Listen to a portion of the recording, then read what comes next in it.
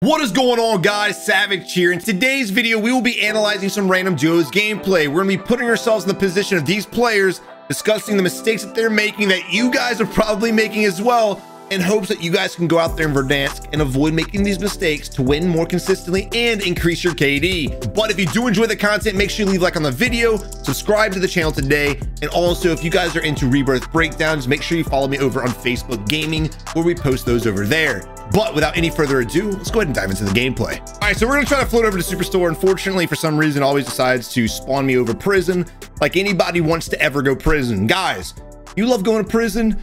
Just don't understand why they don't spawn you in the middle of the map when you win your gulag. It's always mind-blowing me how they're like, oh yeah, you wanna come back to the game? Here, I'm gonna spawn you right here.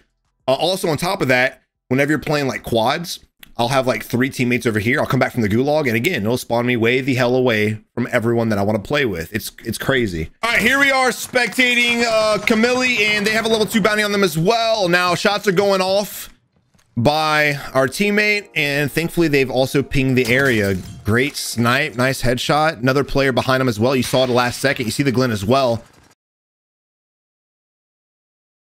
Lack of observation right there. He could have got a double kill, but he's going to go ahead and close the gap to hopefully get that execute. Now, the problem is this is a good distance to cross, right? This is going to take a little bit. So he's going to be rezzed by the time we get there. It's exactly what happens.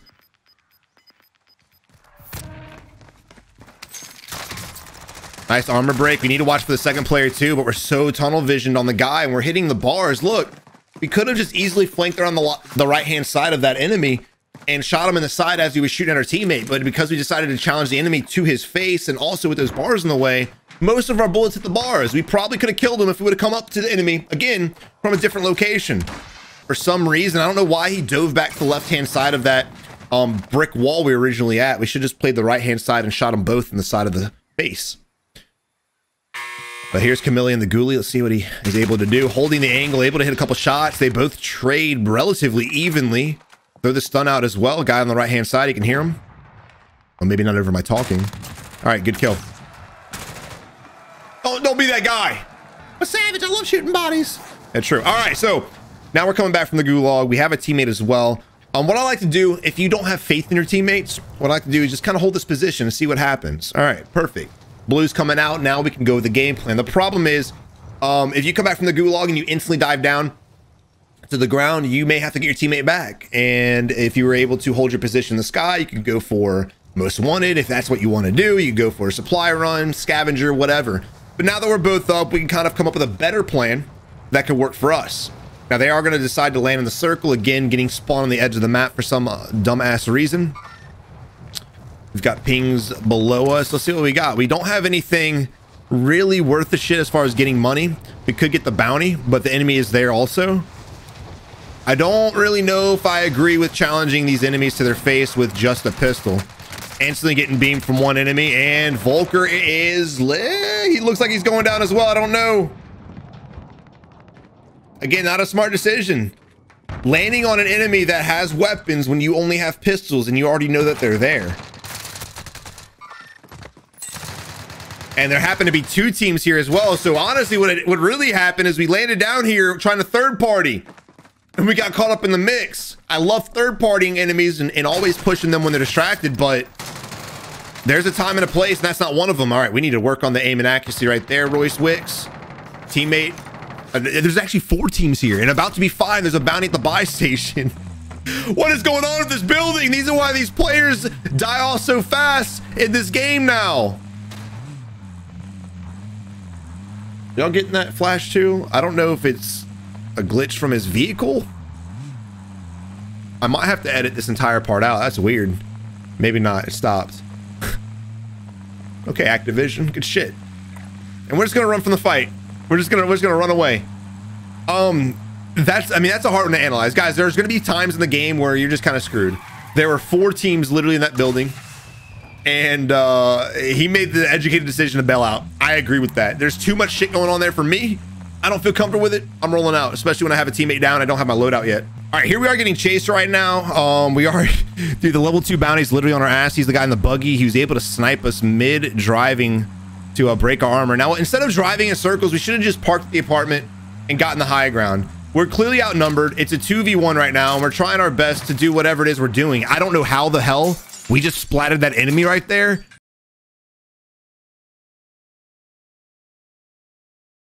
But if I was him, I'd be pissed. Now, I'll watch this back in slow-mo on the edit, but whoa. Dude, it looked like he was clearly behind the vehicle, or clearly behind the building, and somehow... Great movement by Brooks. Look at that. I want you guys to notice something right now. Brooks got the down, and instead of going for the execute and meleeing and wasting his ammo, what did he do? He B-hopped to the right, instantly ADS, locking onto the guy we were spectating and beaming us to the ground. Guys, I love executing people just as much as the next guy, but there's a time and a place. If you know there's two enemies around, you got to finish the fight. Don't just focus up on the execute unless they're self-resing. And even with that, you got to kind of time that perfectly. I'm not even the guy you killed. You're being rude as hell. Dude, Activision, I love the middle finger emote, but come on, man. I'm over here getting abused. Just trying to teach. That's all I'm trying to do. All right, now we're spectating Brooks, who played that fight really well. All right, Velasquez does win his gulag. We're able to throw up the UAV, and there's an enemy back on the players we just killed. So I'm gonna go ahead and assume he came back from the ghoulie as well. There is the player right there. I think he's on the back side of the building. I don't even think he's in here. Yep, there he is. Okay, we're saying that. We're saying that, guys. Don't sit in the corner. Oh my God. Get out of here. Get out of here. There you go. Velasquez coming up from the whole different angle and hit the enemy on the side, saving our ass. So again, guys, I thought the enemy was on the back side of the building playing the edge. That's what you should have been doing. He should have been rotating. Sitting in a corner is you as a player just giving up. If you sit in a corner ever and watch the doorway, you're literally just giving up because you lack confidence and you feel like you lack skill, right? Play the entire area, jump through the windows, jump through the buildings, do all that you need to do in order to win the fight. Sitting still against players like this is not going to help you in any way, shape, or form. See how many kills Velasquez got 6. We'll probably spectate him. But Brooks really isn't that bad himself. Again, playing these fights relatively well. Even when Brooks was trapped in that building with the guy at the front door, he knew to bail out of that fight. It's not something when an eco challenge, the moment you start plating up, the enemy could push in. So in that moment, when he started running off, that was a good decision. But thankfully, again, Velasquez was there to go ahead and assist with getting the kill. We've got 2 enemies at the buy station. Now look where they're at. Most players will probably run down the street and get to this building. I wouldn't do that. Get on this high ground right here. Get on this high ground because they're going to have to move out. They have to rotate, and they have to rotate in the open. They do have a vehicle, but again, it's easy to beam. Easy to beam with that vehicle. Unfortunately, there are enemies already posted up there. No pings going out from Velasquez. Unfortunately, we have no idea what's going on or where they're at. No pings whatsoever. Very dangerous. Right now, we've got 2 vehicles driving around, and we have a team here. The chance of getting spotted is relatively easy, and we do get spotted by a vehicle going for the splat, but missing. We focus on the vehicle instead of the guy shooting at us to the left-hand side.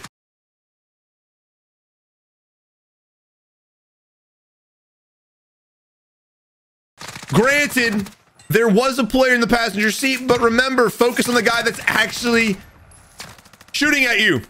I instantly would have started beaming the driver. Instantly. All right. I'm still worried about the guys on orange mark right now. They may be the ones in this vehicle because that vehicle's now gone, and we're getting shot from this area as well. So again, another situation where we witnessed 4 teams in one area, and that's another downfall of playing the edge. They played it really well. They did really good teamwork. They had the right idea rotating to the hill, or at least Velasquez did.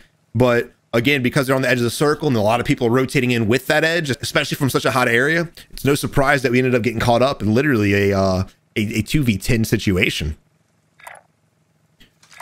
So Brooks is able to win his ghoulie. So we're back. We really are in a decent position right now.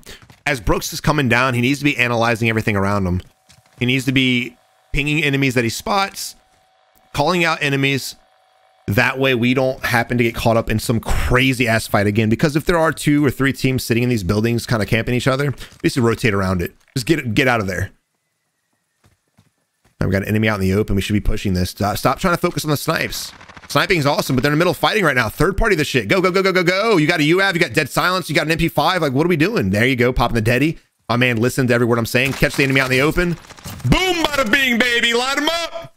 See, it's just as easy as that, guys. It's just as easy as that. And it's funny, again, enemies sitting on top of each other. But take advantage of any third-party situation that you can, as long as you can do it safely. These 2 guys started shooting at each other. That moment, I instantly would have pushed. He hesitated a little bit, but it still ended up working out. But with that hesitation, it could have cost some more kills. Instead of pushing at the end and cleaning up the fight, he could have joined in and picked off and stolen kills from the enemy and this and that, and could have come away with 2, 3, or even 4 kills, depending on the entire fighting situation. UAV up in the air, no pings anywhere close. The closest is the bottom of salt mines right now. Circle's gonna be a hard rotate, probably favor lumber right now. So from this position here, we know the circle's gonna be around lumber area. There's a huge chance for that to be the case. So with that, if you're focused on playing passive and getting positioning and high ground, this is definitely where you need to be at. You need to be lumber, you need to be sitting on the high ground and just worrying about where the next circle is gonna be and getting your way to the end of the game. Now, I don't mind passive gameplay as long as you guys are good at gunfights and winning your 1v1s. If you guys are struggling with fighting, stop playing passive, stop worrying about wins, get out there, get aggressive, practice shooting the enemies. That way, when you guys get to in-game situations, you can actually capitalize and win. Too many people are playing super passive with 1 or 2 kills, hiding in bushes, waiting to get to end game. But the problem is, you have 1 or 2 kills and you're not that decent, and you run into a team like this, or even better, what's gonna happen? You're gonna get destroyed. All right, Blue's going in by himself. I was too busy rambling. I didn't even notice that. I don't know why the separation on that one.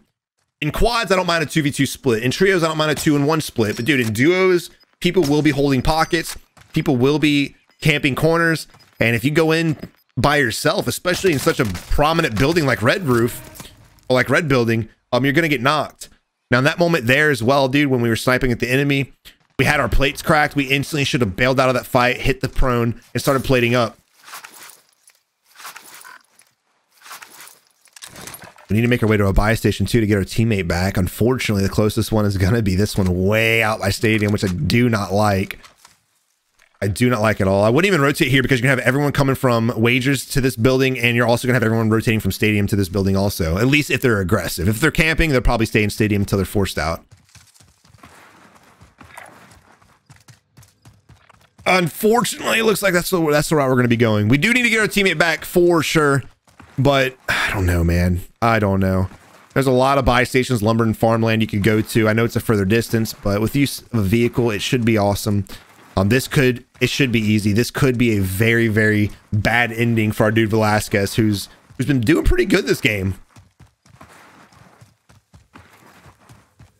Also, guys, as you're navigating, he's only staring at like one direction. He's not looking to his right or left. Guys, make sure you're scanning. You could always catch up enemies just crossing in the open, sitting in windows, things like that, if you're just looking around. Right, here we are scanning, trying to make sure we're clear. Check the other windows too. That's right. Check the right-hand side also. I'd be wanting to see if people are rotating from wager houses to this area because, again, it's the only buy station around here. A lot of players want to come here. We got loot sitting out in the open. It's a little nerve-wracking. There was a fight here at one point in time.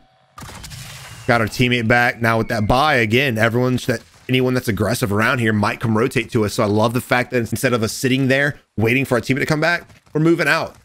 You have to move out, man. The problem I see from a lot of players, whether they're goats, whether they're passive, whether they're bots, it doesn't matter. What I see a lot of players struggle with is they overstay their welcome. They sit in the same spot for too long, and then they sit here and wonder why everyone keeps fighting at them and how they keep getting shot at. Get to your area that you need to go to, do what you need to do, and move on. There's no reason to stay in one spot for an extended period of time because that's how people get third-partied. We got an enemy going up the zip line right now. There he is. You see him. You see him. You see him. You see him right there. Second level there. Yep, right there. Boom. Look at that. Oh my God. Oh, scared the shit out of me. Yo. Whoa. I'm gonna be honest. I didn't expect that. Guys, as you're navigating, he's only staring at like one direction. He's not looking to his right or left. Guys, make sure you're scanning. You could always catch up enemies just crossing in the open, sitting in windows, things like that, if you're just looking around. I thought for sure nobody was here. I assumed nobody was here. That's my mistake for assuming. That guy that killed us literally, or it sounds like there's multiple teams actually. They were just sitting in the buildings, waiting for the circle to push them out. It ended up working in their favor. They got the kills. And they won the fight. And here we are spectating Valdivia and Blizzard. Damn. Now, I don't know if these are the guys that killed our players. Again, there was a lot of fighting going on besides these two teams. There was the third team as well, but that was unfortunate, dude. We need to go focus up on the guy that was ziplining. We got caught out literally at the very last second from a guy leaving his camping spot. It happens. It happens. And when that happens, man, there's nothing you can really do. This guy's sensitivity is out of this world, but he definitely seems like a competent player. His movement's not that bad. I'll give him that.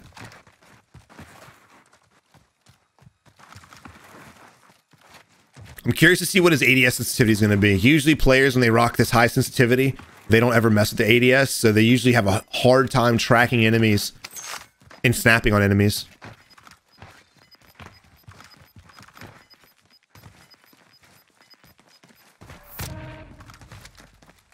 Again, notice how he's checking everything. He wants to make sure his surrounding is clear.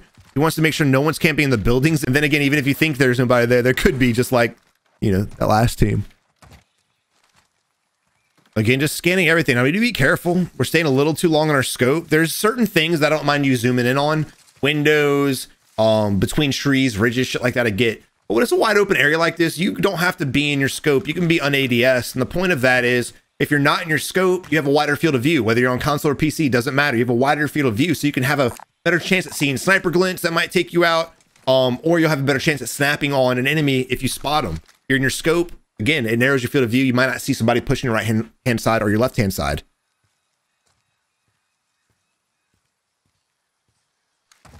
And going back to the last team as well, dude, like I said, he was pushing and he wasn't scanning to the left, he wasn't scanning to the right, and he ended up dying and getting caught out.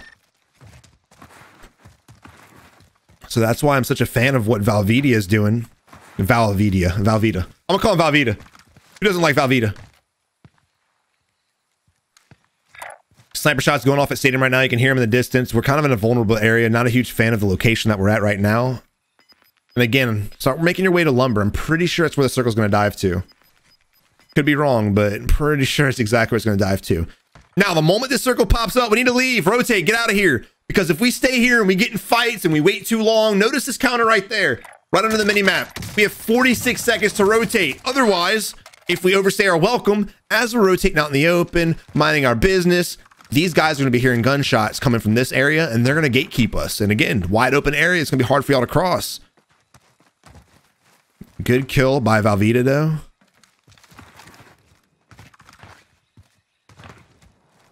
Got a cluster strike coming on us. We already got people over the farmland area trying to kill us.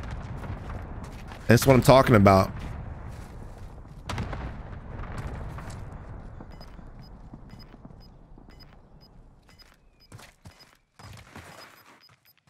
We know there's other enemies here. There's a sniper glint coming from farmland as well. And again, this is exactly what I was afraid was going to happen with this team. And that's exactly what looks like it's going to happen. Now, your boy Valvita does have some beams. He's not a bad player by any stretch of the imagination, but even if you're a goated player, even if you're nasty with your flicks and your snaps and your tracking, if there's a player just as good as you that's sitting over there waiting for you, it's going to be extremely difficult for you guys to cross. And no matter how we play this, it's going to be hard. We do have a motorcycle over here we could utilize, though. We got the team wipe finally, the guy we've been looking for. We do have a motorcycle we could have taken. Too late now. Don't shoot his body, brother. Should have got that plate box. Fortunately, we did not. Now, let's see how they play this. So we know there's an enemy over here. I like the fact that we're rotating wide to the north-hand side, further away from that enemy, but he's probably not going to be the only player trying to gatekeep us. We may get lucky because the player count's going down relatively fast, so we may get lucky in the sense that everyone's fighting each other, so no one might have an option to even look at us. But still, I don't like the fact we played this to the very, very last second. Observation is everything, and assuming that, look at all the buybacks going on right now, and assuming that everyone was being observant, people should know that we're over here. People should know we're over here because they heard us shooting our weapons. But we're able to cross safely. It's looking pretty good for this squad. These guys may actually win this game with 13 kills between the duo. We got pings going out everywhere.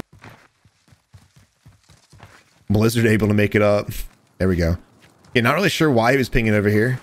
Maybe he's just directing his teammates to... I don't know. Valvita, what are you doing? Now, I don't like this area. Not a lot of cover. You see the ridge right in front of us? I'd be more happy with playing that ridge than playing this little area right here. Blizzard marking a lot of enemies downrange as well. There is such a thing as too many pings, guys.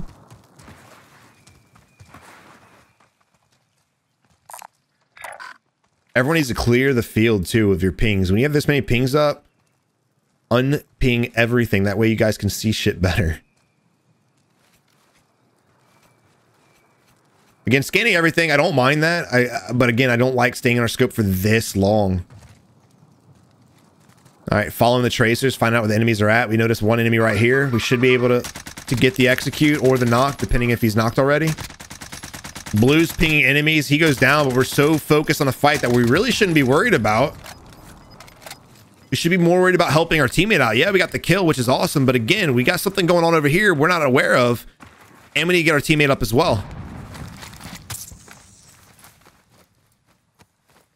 We are in a 2v2 v1v1 situation right now. So we do have a good upper hand. We're sitting here in our heartbeat sensor, living and breathing by it. Probably going to die by it as well. Plates being dropped by our homie. Not sure why. We have full count.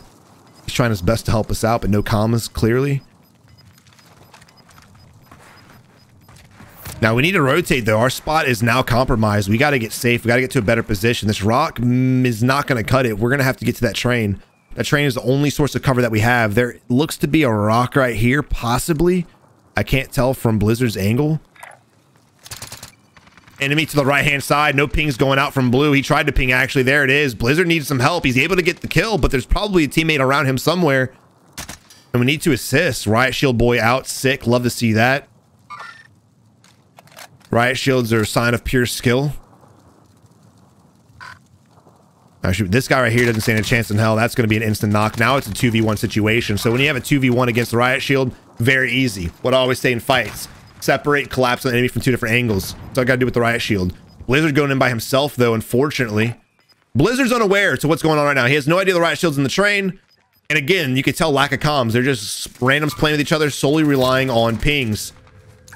Oh, Velveeta is able to go ahead and beam the Riot Shield user by himself without any assistance from Blizzard. GG. Guys, I really hope you enjoyed the video. One of the things I really want to emphasize in this one is, again, teamwork. There are a lot of instances with this team where I really wasn't playing together. They ended up winning the game, and I think it was out of pure luck. Nobody gatekept us as we were rotating out in the open, even though enemies already knew we were there.